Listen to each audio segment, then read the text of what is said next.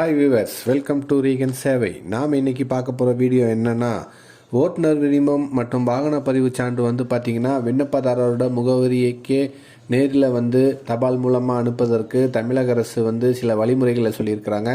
அந்த டீட்டெயில்ஸை பற்றி தான் இந்த வீடியோவில் பார்க்க போகிறோம்.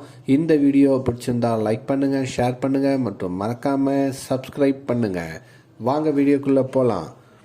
தமிழ்நாடு முழுவதும் உள்ள 91 ஆர்டிஓ அலுவலகங்கள் மற்றும் 45 மோட்டார் வாகன ஆய்வாளர்கள் கட்டுப்பாட்டில் வரும் பகுதி அலுவலகங்களிலும் ஓட்டுநர் உரிமம் மற்றும் வாகன பதிவு சான்று ஆகியவற்றை பொதுமக்கள் நேரில் பெறுவதை தவிர்க்கும் விதமாக இந்திய தபால் துறையுடன் இணைந்து விரைவு அஞ்சல் மூலமாக அனுப்பும் பணி கடந்த பிப்ரவரி 28ஆம் தேதி தமிழக அரசால் துவக்கி வைக்கப்பட்டது.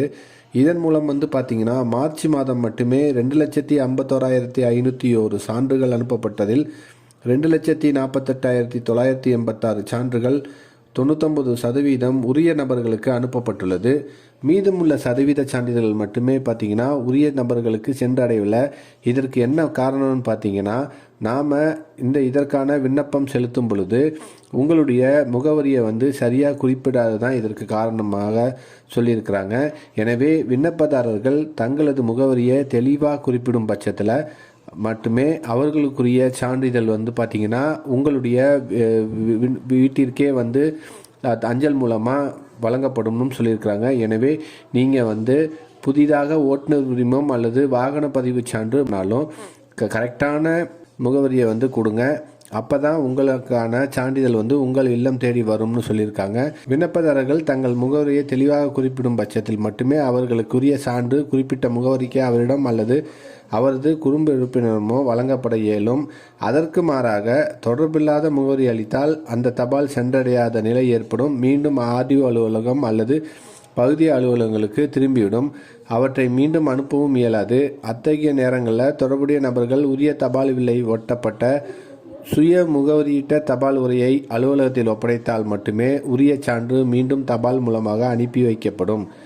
எக்காரணம் கொண்டும் நேரடியாக வழங்கப்படக்கூடாது. அலுவலகத்தில் ஒப்படைக்கப்பட்ட உரிய தபால் வில்லை ஒட்டப்பட்ட சுய முகவரியிட்ட தபால் உரை மூலமாகவே தபாலில் மட்டுமே திருப்பி அனுப்பப்படும். எனவே பொதுமக்கள் தங்களது சரியான முகவரியை விண்ணப்பத்தில் குறிப்பிடுமாறு கேட்டுக்கொள்ளப்படுகிறது என்று இந்த செய்தி குறிப்பில் அறிவிச்சிருக்கிறாங்க. எனவே யாரெல்லாம் புதிய ஓட்டுநர் உரிமம் மற்றும் வாகன பதிவுக்கு அப்ளை பண்ணுறீங்களோ நீங்கள் உங்களுக்கான முகவரியை தெளிவாக குறிப்பிடுங்க. அப்போ தான் உங்களுக்கான சான்று உங்கள் இல்லம் தேடி தபால் மூலமாக சேரும்னு போக்குவரத்து துறை ஆணையர் அறிவிச்சிருக்கிறாங்க. இந்த வீடியோ பிடிச்சிருந்தா லைக் பண்ணுங்கள், ஷேர் பண்ணுங்கள் மற்றும் மறக்காமல் சப்ஸ்கிரைப் பண்ணுங்கள்.